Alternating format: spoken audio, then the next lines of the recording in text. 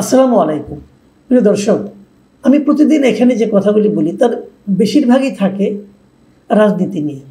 রাজনীতির ভবিষ্যৎ কী, দেশের মানুষ কি চাইছে, সরকার তার কতটুকু পূরণ করতে পারছে, রাজনৈতিক দলগুলো কি করছে, এগুলো নিয়ে সাধারণত কথা বলি। কিন্তু আজকে আমি আমার সাংবাদিকতা পেশা নিয়ে কথা বলবো।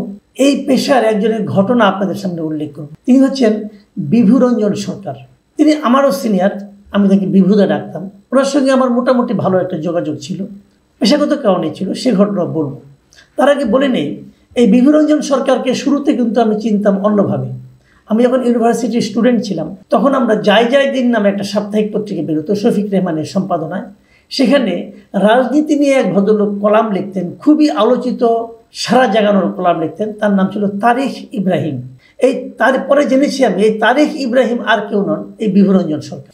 বিভুরঞ্জন সরকার বিভিন্ন পত্রিকায় চাকরি করেছেন, সংবাদে চাকরি করেছেন, সাপ্তাহিক একতায়, দৈনিক রূপালীতে, চলতিপত্র, মৃদু ভাষণ নামে একটা সাপ্তাহিক ছিল, সেটাতে, দৈনিক মাতৃভূমির সম্পাদক ছিলেন। এরকম আরও অনেক পত্রিকায় উনি কাজ করেছেন। বিভিন্ন পত্রিকা, দেশের সকল পত্রিকায় উনি লিখতেন। মানে খুবই জনপ্রিয় লেখক, এবং আমার বিবেচনায় ওনার লেখায় কোনো পক্ষপাত থাকতো না, উনি কোনো দলের ছিলেন না। সেই বিভুরঞ্জন সরকার কালকে সকালে বাসা থেকে বেরিয়েছেন 10টার দিকে, আর ফিরে আসেননি। বাসা থেকে বের হওয়ার সময় উনি ওনার মোবাইলটাও বাসা থেকে নিয়ে যাননি। আমি যখন সাংবাদিকতা শুরু করেছি তখন ওনার সঙ্গে আমার যোগাযোগ হয় এবং নানাভাবে বিভিন্ন সময় কথাবার্তা হয়। এবং উনি খুবই রসিক লোক, নিজে গম্ভীরমুখী এমন এমন রসিকতা করতেন যে অন্যরা হাসতেন, কিন্তু উনি হাসতেন না। খুব নীতিবান লোক ছিলেন। এই ভদ্রলোকের সঙ্গে সর্বশেষ আমার যে পরিচয়টা হয় যেভাবে, সেটা হলো উনি তো সর্বশেষ আজকের পত্রিকায় সম্পাদকীয় বিভাগে কাজ করতেন। বিভিন্ন উপসম্পাদকীয় লেখাগুলো উনিই সংগ্রহ করতেন, উনিই এডিট করতেন, উনিই ছাপতেন। উনার চাপে পড়ে আমি এই পত্রিকায় গত 1 বছর ধরে নিয়মিত প্রতি 15 দিনে একটা করে লেখা দিতাম। এবং প্রতিবার লেখা দেওয়ার সময় ওনার সঙ্গে আমার যে সমস্ত কথাবার্তা হতো, হোয়াটসঅ্যাপ মেসেজ আদান প্রদান হতো, সেগুলো আমি আজকে অনেকগুলি পড়লাম। ওটা পড়তে যেয়ে আমি আরেকবার দেখলাম তিনি কী পরিমাণ রসিক লোক ছিলেন। আমার এই লেখা নিয়ে সর্বশেষ যে লেখাটা ছিল, সেই লেখাটা নিয়ে একটা ঘটনা ঘটেছিল, সেটা আমি আরেকটু পরে বলছি। ওনার সম্পর্কে আরেকটু বলে নিই। তো উনি যে কালকে সকালে বাসা থেকে বেরিয়ে গেলেন, সঙ্গে মোবাইলটাও নেন নাই, কিন্তু ওনার ছেলে আমাকে একটা মেসেজ পাঠিয়েছিলেন যে ওনার বাবা সকালে বেরিয়ে গেছেন, আর কোনো খবর নেই। আমি তারপর বিভিন্নভাবে খোঁজখবর করার চেষ্টা করলাম। আজকের পত্রিকায় যিনি ভারপ্রাপ্ত সম্পাদক কামরুল হাসান, উনি একসময় আমার কলিগ ছিলেন, এখনও নিয়মিত ওনার সঙ্গে আমার কথাবার্তা হয়। ওনাকে জিজ্ঞাসা করলাম, উনিও বললেন যে ওনারাও সবাই মিলে খুঁজছেন, কিন্তু যেহেতু সঙ্গে মোবাইল নেই, মানে খুঁজে খুব একটা সুবিধা করতে পারছেন না। হাসপাতালগুলোতে দেখেছেন, থানায় দেখেছেন, নানাভাবে যোগাযোগ হচ্ছে। আজকে খবর পেলাম যে ওনার লাশ পাওয়া গেছে মুন্সিগঞ্জে, মানে উনি মারা গেছেন। এই যে মারা গেছেন, উনি আত্মহত্যা করেছেন বলে মনে হচ্ছে। যেটা বাড়ি থেকে বের হওয়ার আগে 10টার দিকে বেরিয়েছেন, তার আগে উনি বিডি নিউজ 24কে একটা লেখা পাঠিয়ে গেছেন। সেই লেখাটার নাম হলো, শিরোনাম হলো খোলা চিঠি। 21 আগস্ট সকাল 9:15টায় উনি লিখেন, এবং লেখার নিচে ফুটনোটে লেখেন, জীবনের শেষ লেখা হিসাবে এটা ছাপতে পারেন। 9:15টায় লেখাটা ওনাকে মেল করে দিয়ে বিডি নিউজকে উনি বেরিয়ে গেছেন। বাসা থেকে বলে গেছেন অফিসে যাচ্ছেন, অফিসে আর যাননি, চলে গেছিলেন মুন্সিগঞ্জ পর্যন্ত, ওখানে ওনার লাশ পাওয়া গেছে। এই লেখাটা আপনাদেরকে এটা আমি পড়ে শোনাতে চাই। এটা পড়লে, পুরোটা পড়বো না, আমি বিশেষ বিশেষ অংশ পড়ব। এটা পড়লে আপনি বুঝতে পারবেন আপনারা যে একজন সাংবাদিকের জীবনটা আসলে কী, এবং বিভুরঞ্জনের জীবনটা আসলে কী। কয়েকটা জায়গায় খেলে পড়ে শোনাই। উনি একসময় খুবই বললাম অনেকগুলি পত্রিকায় চাকরি করতেন, এবং তারপর উনি এক জায়গায় লিখেছেন যে দৈনিক জনকণ্ঠ যখন জনপ্রিয়তার তুঙ্গে, তখন প্রথম পৃষ্ঠায় আমার লেখা মন্তব্য প্রতিবেদন হিসেবে ছাপা হতো, অথচ এখন কোনো পত্রিকায় লেখা পাঠিয়ে ছাপার জন্য অনুরোধ করেও ফল পাই না। আমার লেখা নাকি পাঠক আর সেভাবে খায় না। এই কথাটা শুনে না আমার একটু খারাপ লাগছে। এই কারণে আমাকে উনি বলতেন, আমি বললাম দাদা আমি যে লিখি আমার লেখায় কিছু হয়? তিনি আমাকে ফান করে বলতেন, আপনার লেখা তো পাবলিক পাঠক গোগ্রাসে খায়।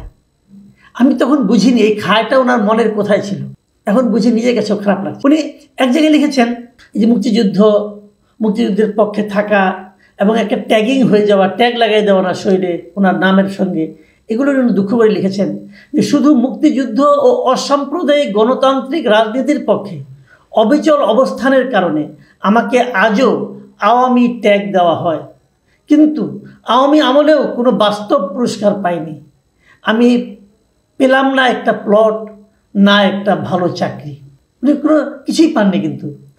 এবং এই যে কথাগুলো উনি বলছেন, মানে উনি এই পত্রিকা সম্পর্কে, যে পত্রিকা সর্বশেষ ছিলেন সেই পত্রিকার সম্পর্কে বলছেন যে আজকের পত্রিকায় কাজ করছি 4 বছর হলো, এই সময়ে না হলো পদোন্নতি, না বাড়লো বেতন, অথচ জিনিসপত্রের দাম বাড়ছে প্রতিদিন। সংবাদপত্র আর কিভাবে ন্যায়ের পক্ষে দাঁড়াবে, ঘরের মধ্যেই যেখানে অনিয়ম। এটা আজকের পত্রিকা একটা নতুন পত্রিকা, হয়তো এই নতুন পত্রিকা পারেনি, তাদেরও তো সামর্থ্যের কথা ভাবতে হবে, তারা হয়তো পারেনি। কিন্তু এই সবই ভাবলাম, কিন্তু সংসারে যে জিনিসপত্রের দাম বাড়ছে, চাহিদা বাড়ছে, এটার সঙ্গে আপনি কিভাবে ম্যানেজ করবেন? তবু তারা পত্রিকায় কিছু টাকা দেয়, অনেক পত্রিকা তো বেতনও দেয় না ঠিকঠাক মতো, তাদের এখানে কিভাবে চলে সাংবাদিকদের ভাবেন একবার। এবং উনি কিভাবে চলতেন শেষ দিকে উনি বলেছেন, ওনার কিন্তু 1 ছেলে 1 মেয়ে, ছেলেমেয়েরা ভালো লেখাপড়া, কিন্তু ছেলেটা একটু অসুস্থ ছিল, ইঞ্জিনিয়ারিং যদি পাশ করেছে, ভালো চাকরি হচ্ছে না, এগুলোও বলেছেন। মেয়েটার কি সমস্যা হচ্ছে, মানে এই সবই উনি ভাবতেন। এই যে ছেলে মেয়েদের লেখাপড়া এত মেধাবী হওয়া সত্ত্বেও ভালো কোনো জব হচ্ছে না, এর পেছনে সম্ভবত ওনার কারণে হচ্ছে না, যে ওনার নামটা এখন ট্যাগিংয়ে পড়ে গেছে, হয়তো এই কারণে হচ্ছে না। উনি লিখেছেন দীর্ঘ 5 দশকের বেশি সময় এই পেশায় কাটিয়ে সম্মানজনক বেতন ভাতা পাই না। এখন আমার যা বেতন তা বলে কাউকে বিব্রত করতে চাই না, তবে শুনেছি আমার বিভাগীয় প্রধানের বেতন আমার প্রায় দ্বিগুণ। আহা, যদি ওই বেতনের একটি চাকরি পেতাম, তাহলেও হয়তো সংসার চালানোর জন্য নিয়মিত ধার দেনা করার পেশাটি আমাকে বেছে নিতে হতো না। মানে আর কিছু টাকা উনি নিয়মিত ধার দেনা করতেন বলে উনি দাবি করছেন, যে উনি বলতে চাচ্ছেন এই ধার দেনা করাই বুঝি ওনার পেশা, কিন্তু তা তো হয় না। এবং সেটাই উনি বলছেন।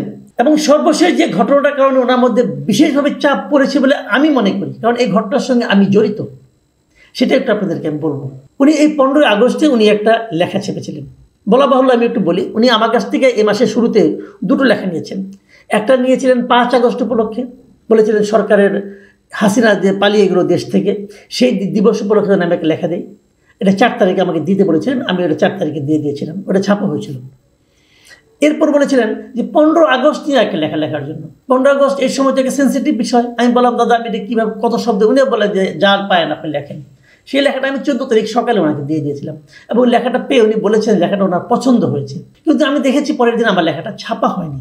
কেন ছাপা হয়নি আমি ওনাকে জিজ্ঞাসাও করিনি। আমি জিজ্ঞাসা করিনি এই কারণে যে আমি জানি কেন ছাপা হয়নি। পত্রিকার কর্তৃপক্ষ অনেক আগ্রহ নিয়ে অনেক লেখা নেয়, কিন্তু উপরে চাপের কারণে ছাপতে পারে না। সেরকম আমারটা ছাপতে পারেনি, আমি ওনাকেও কিছু বলিনি, পরে পত্রিকার ভারপ্রাপ্ত সম্পাদককে কিছু জিজ্ঞাসা করিনি যে কেন আমার লেখাটা ছাপা হলো না। কারণ আমি জানি, আমি নিজে অনেকদিন পত্রপত্রিকা চাকরি করেছি, আমি জানি কোথা থেকে কী হয়। অনেক সময় চাইলেও তারা পারেন না ছাড়তে, উপরে থেকে চাপ আসে। এবং এরকম একটা চাপ আমার লেখা না ছেপেও কিন্তু ওনার মধ্যে পড়েছিল। সেটা কি, অপর একজন লেখক মাজহারুল ইসলাম বাবলার একটা লেখা উনি ছেপেছিলেন ওই দিনই, এবং সেই লেখা নিয়ে ওনাকে প্রশ্নের মুখে পড়তে হয়েছিল। কি ছিল ওই লেখায়, এই কথাটা উনি লিখেছেন। দেখুন আমি ওনার এই পুরো প্যারাটি আপনাদের পড়ে শোনাবো, মানে এটা আমি মনে করি জরুরি। যে এর মধ্যে গত বছর সরকার পরিবর্তনের পর গণমাধ্যমের অবস্থা আরও কাহিল হয়েছে। মন খুলে সমালোচনা করার কথা প্রধান উপদেষ্টা বলেছেন, কিন্তু তার প্রেস বিভাগ তো মন খোলা নয়।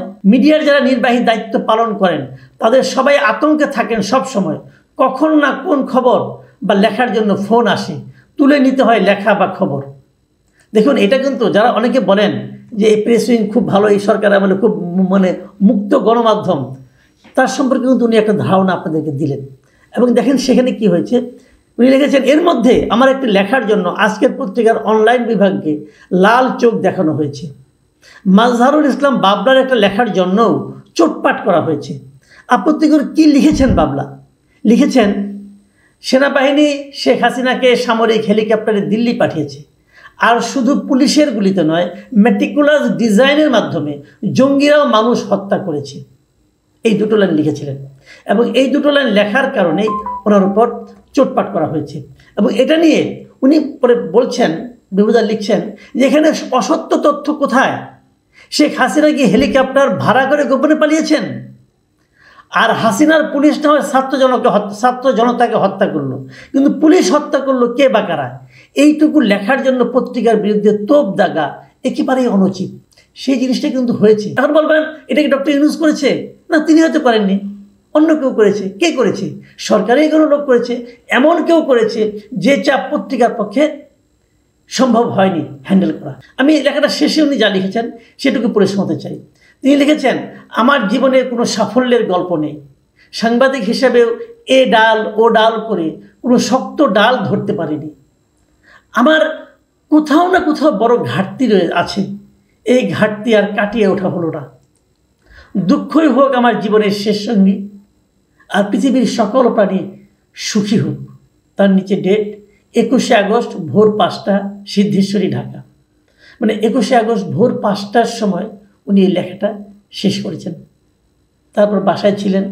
বাসায় থাকার পর 9টার পরে, সোয়া 9টার দিকে লেখাটা বিডি নিউজে পাঠিয়ে উনি চলে গেছেন এবং লেখার নিচে একটা ফুটনোট দিয়ে গিয়েছেন, লিখেছেন, জীবনের শেষ লেখা হিসাবে এটা ছাপতে পারেন। আসলেই এটা ওনার শেষ লেখাই ছিল, অথবা বলতে পারেন এটা ওনার সুইসাইড নোট ছিল। তারপরে তো ওনার লাশ আমরা একদিন পরে উদ্ধার করতে পারলাম। একটা সাংবাদিকের জীবন কি এভাবেই যাবে? এভাবেই যায়? আপনি ভাবেন একজন সাংবাদিকের জীবনটা কেমন যায়? 10 বছর 15 বছর চাকরি করার পর বকেয়া যে পাওনাগুলি সেগুলো পর্যন্ত নিতে তাদেরকে আইন আদালত করতে হয়। পেনশন তো দূরের কথা। যখন তার চাকরিটা শেষ হয়ে যায় তখন তো তার সেই শারীরিক ক্ষমতাও থাকে না। তাহলে এই রাষ্ট্র এই সাংবাদিকদের কাছ থেকে খুব নীতি নৈতিকতা আশা করে, তারা কিভাবে দেবেন? ভাবুন একবার। তারপরে শুনতে হয় ট্যাগিং, তারপরে শুনতে, ওই দিন দেখলাম একজন বিখ্যাত ইউটিউবার, বিখ্যাত সোশ্যাল মিডিয়া ব্যক্তিত্ব আমার সম্পর্কে লিখেছেন, মাসুদ কামাল কবে সাংবাদিক ছিলেন? 36 বছর ভাই, আর জীবনে কিছুই করি না, এই কাজটাই করেছি। 14টা প্রতিষ্ঠানে চাকরি করেছি। করার পর 2022 সাল থেকে আমি আর কোনো পত্রিকায় চাকরি করি না। আমি নিজে এখন ফ্রিল্যান্সিং করি। এই গত সপ্তাহে লিখেছি ডয়েচে ভেলেতে, লেখালেখি করছি। তারপর ওনার মন ভরে না, উনি জানতে চাচ্ছেন আমি কোথায় সাংবাদিকতা করেছি। এই হলো আমাদের প্রাপ্তি। আমাকে নিয়ে 10টা কথা বলেন ভাই, আমার কোনো সমস্যা নাই, কিন্তু আমার দুটো বিষয় নিয়ে কথা বলেন না প্লিজ। 1 নম্বর হলো, আমি কবে সাংবাদিকতা করেছি এটা জিজ্ঞাসা করেন না। আমার ফেসবুকে এটা ওপেন আছে, দেখেন আপনারা। এই প্রশ্ন শুনতে হয় এই বয়সে এসে। আর দ্বিতীয় প্রশ্নটা ওটা করেন, কিন্তু প্রমাণ করার চেষ্টা করেন। সেটা হলো, আমি কবে দুর্নীতি করেছি। একটা দুর্নীতির খবর আমার নামে বের করতে পারলে চ্যালেঞ্জ, এই ওপেন চ্যালেঞ্জ করছি, আর জীবনে কথা বলবো না। কিন্তু এই যে সততা, এই যে বলছি দুর্নীতির, বিভূতিও বলতে পারতেন। বিভূতির সঙ্গে আমার বহুদিন আলাপ হয়েছে। বিভূতি আমাকে বলতেন, মাসুদ কামাল এখন বলছেন আমার বয়সে আসেন, তখন দেখবেন এই দুর্নীতি করি নাই যেটা বলে অহংকার করছেন, এটা এক সময় অনুতাপের কারণ হতে পারে। বিভূতি নিজের জীবন দিয়ে সেটাই বুঝি প্রমাণ করে গেলেন।